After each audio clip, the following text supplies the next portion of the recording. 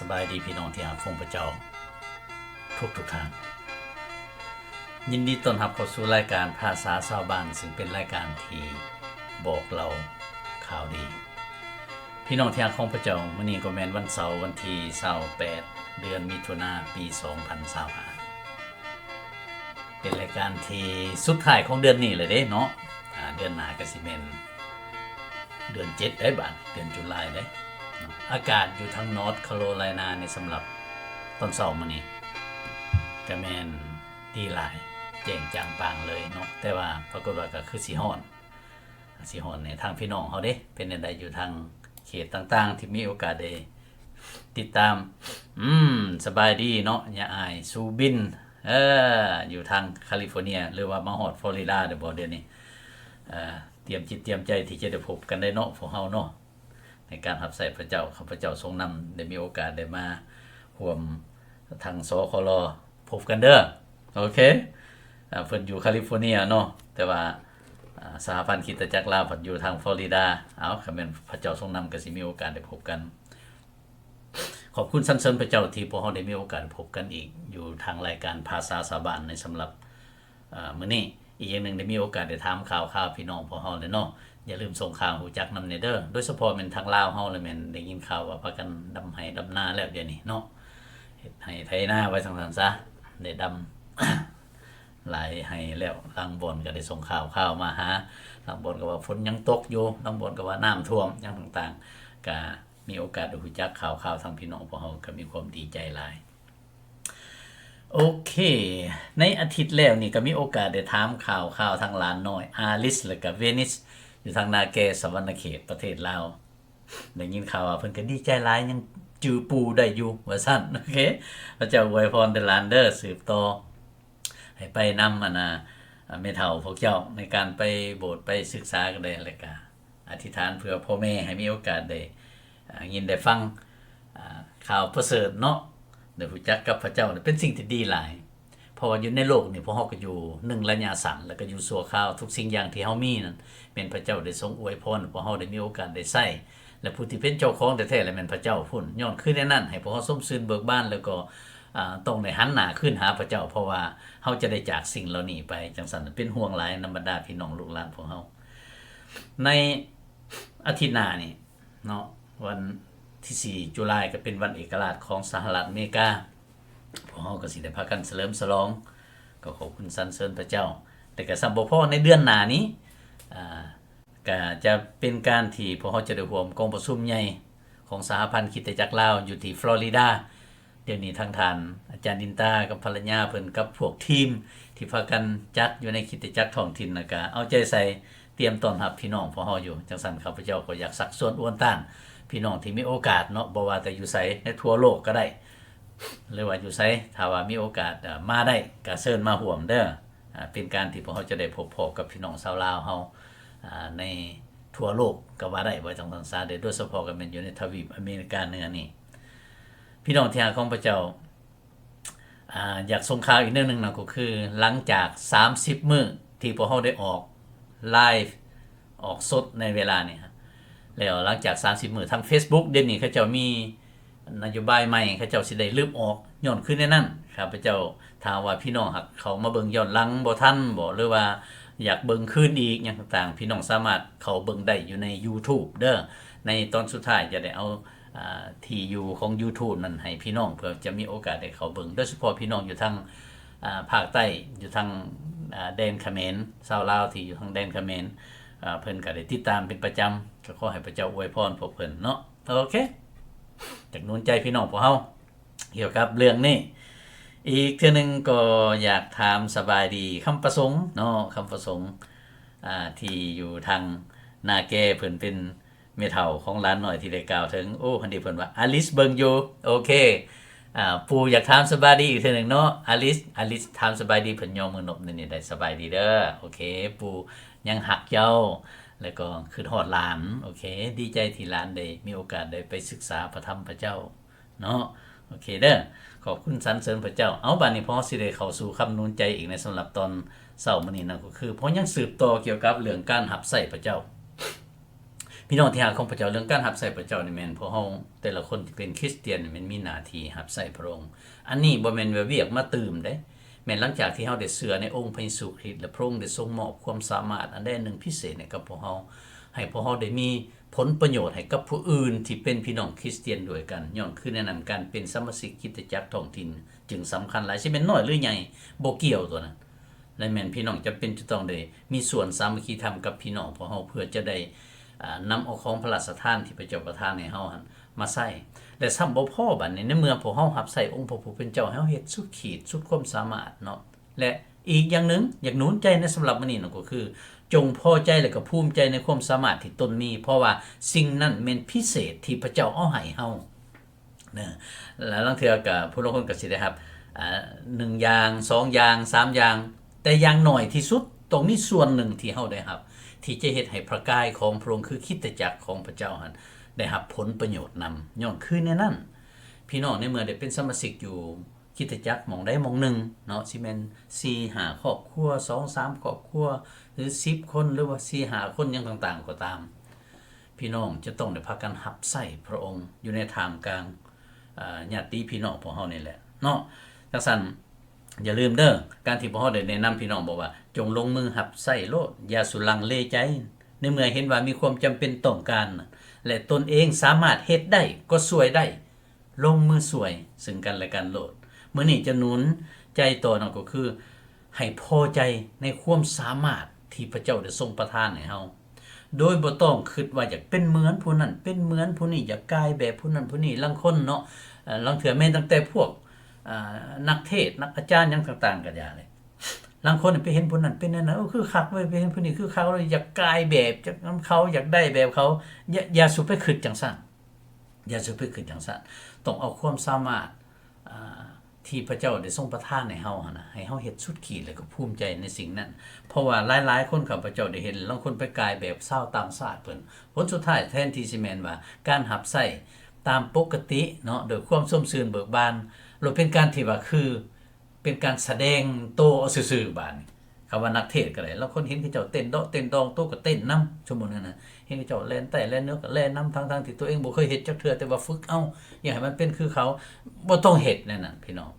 เนาะมันเป็นการที่ว่าแถลงแปลงวาดซื่อๆเว้ากันดีๆผลสุดท้ายบัด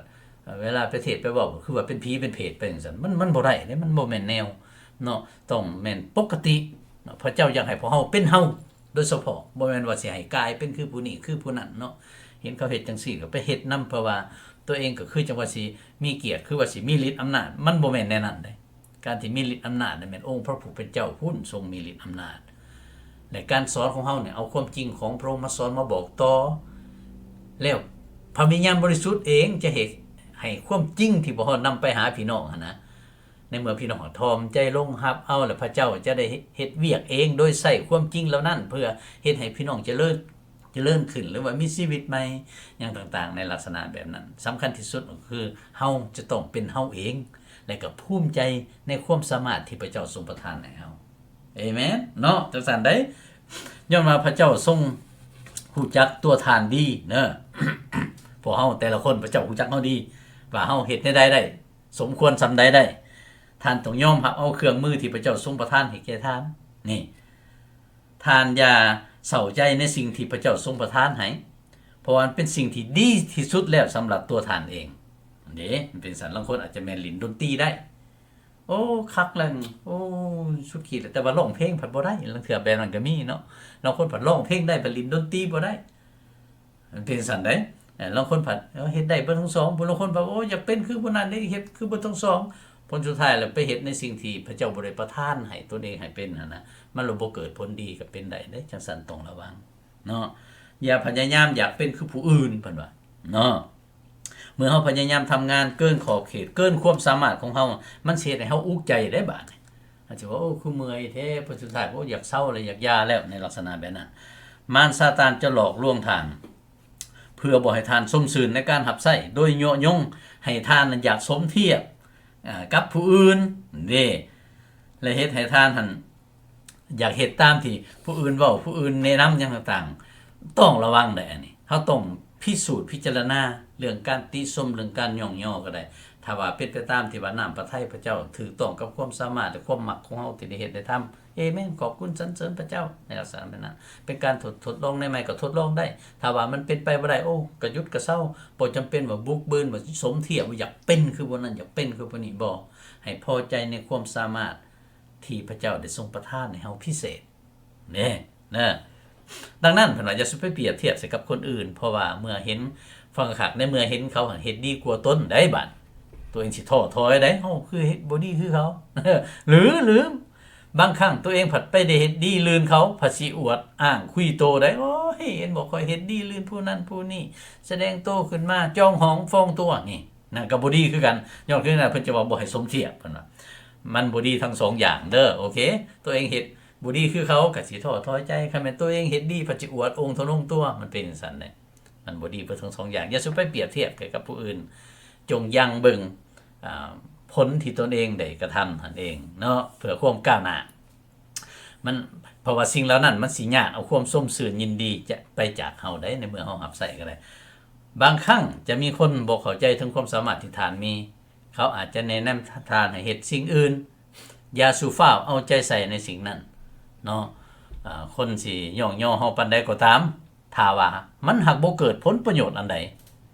บ่เกิดผลประโยชน์ในชีวิตตนเองบ่เกิดผลประโยชน์ในชีวิตผู้อื่นนั่นก็บ่ได้เรื่อง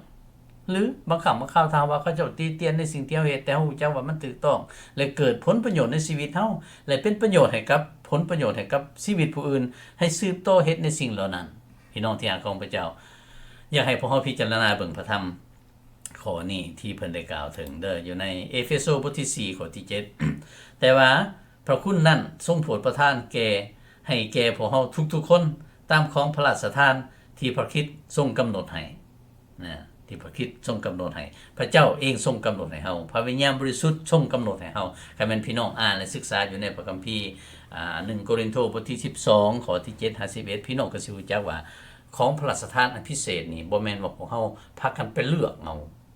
ตามใจเฮาบ่แม่นพระเจ้าเห็นว่าสิ่งนี้เหมาะสมกับเราเฮาสำหรับเฮาพระเจ้าจึงประทานสิ่งนั้นให้เฮามีสิ่งหนึ่งที่พวกเฮาควรเข้าใจนั่นก็คือของพระราชทานแม่นเฮาได้รับเมื่อพวกเฮาได้เกิดใหม่ในพระเจ้าได้เริ่มเชื่อในองค์พระเยซูคริสต์เนาะอันที่ว่าพรสวรรค์นั่นแม่นพวกเฮาได้รับจากในเมื่อเวลาพวกเฮาเกิดจากพ่อแม่ทั้งฝ่ายเนื้อกายนี้เกิดออกมาธรรมชาตินั่นแม่นเฮามีเห็นบ่หลายคนที่บ่เชื่อพระเจ้าเขาเจ้าก็มีพรสวรรค์หลายแนวเนาะจังซั่นอยากให้พวกเฮาพิจารณาเบิ่งเกี่ยวกับเรื่องนี้เรื่องความสามารถพิเศษที่พระเจ้าให้เฮาแม่นหลังจากที่พวกเฮาเชื่อในองค์พระเยซูคริสต์และตัวนั้นเฮาจะกักบ่ได้เฮาจำเป็นจะต้องได้นำมาใช้เด้เพื่อว่าให้เป็นผลประโยชน์ให้กับชีวิตของผู้อื่นอยู่ในคริสตจักรท้องถิ่นหรือว่าอยู่ในคริสตจักรสากลขององค์พระผู้เป็นเจ้าให้เกิดผลประโยชน์อยู่ในกลุ่มพี่น้องคริสเตียนเป็นซั่นเด้อต้องได้รับใช้พวกเฮาเด้อโอเคของพระราชทานเป็นความสามารถพิเศษที่พระเจ้าทรงประทานให้แก่ผู้ที่เชื่อในองค์พระเยซูคริสต์เพื่อนำมาใช้ในเป็นการที่รักษาความเป็นน้ำหนึ่งใจเดียวกันอยู่ในพระกายคือคริสตจักรของพระเจ้าและก็บำรุงเลี้ยงพระกายนั้นให้เจริญเมื่อเฮาเกิดทั้งฝ่ายเนื้อกายนี้พระเจ้าได้ประทานพรสวรรค์ให้พวกเฮาเช่นว่าเป็นสร้างแปลงบ่ศิลปะบ่การแต้มบ่หรือว่าการสารกระบุงกะตาอันนั้นเป็นความสามารถเนาะพรสวรรค์พิเศษเพิ่นว่าเนาะโอเคแล้วก็ลิ้นกีฬาบ่ลิ้นดนตรีดังนี้เป็นต้นสิ่งเหล่านี้บางคนก็เก่งเนาะบางคนก็ลิ้นกีฬาก็แข็งแรงบางคนก็มีความสามารถหรือพรสวรรค์หลายอย่างหรือหลายกว่าผู้อื่นแต่สำหรับทางฝ่ายวิญญาณแล้วผู้เชื่อแต่ละคนอย่างหน่อยมีของพระราชทานอย่างหนึ่งซึ่งบ่เกี่ยวว่าผู้นั้นจะมีพรสวรรค์อันนั้นบ่หรือบ่นี่เด้ลางคนตั้งแต่กี้เนาะอาจจะว่าเป็นคนที่มักเงียบว่าซั่นๆซะบ่มักปากมักเว้าอันใดเนาะโอเคเป็นคนละอายผลสุดท้ายได้มาเชื่อองค์พระผู้เป็นเจ้าพระเจ้าประทานสติปัญญาและความสามารถให้พิเศษผู้นี้ล้มคนได้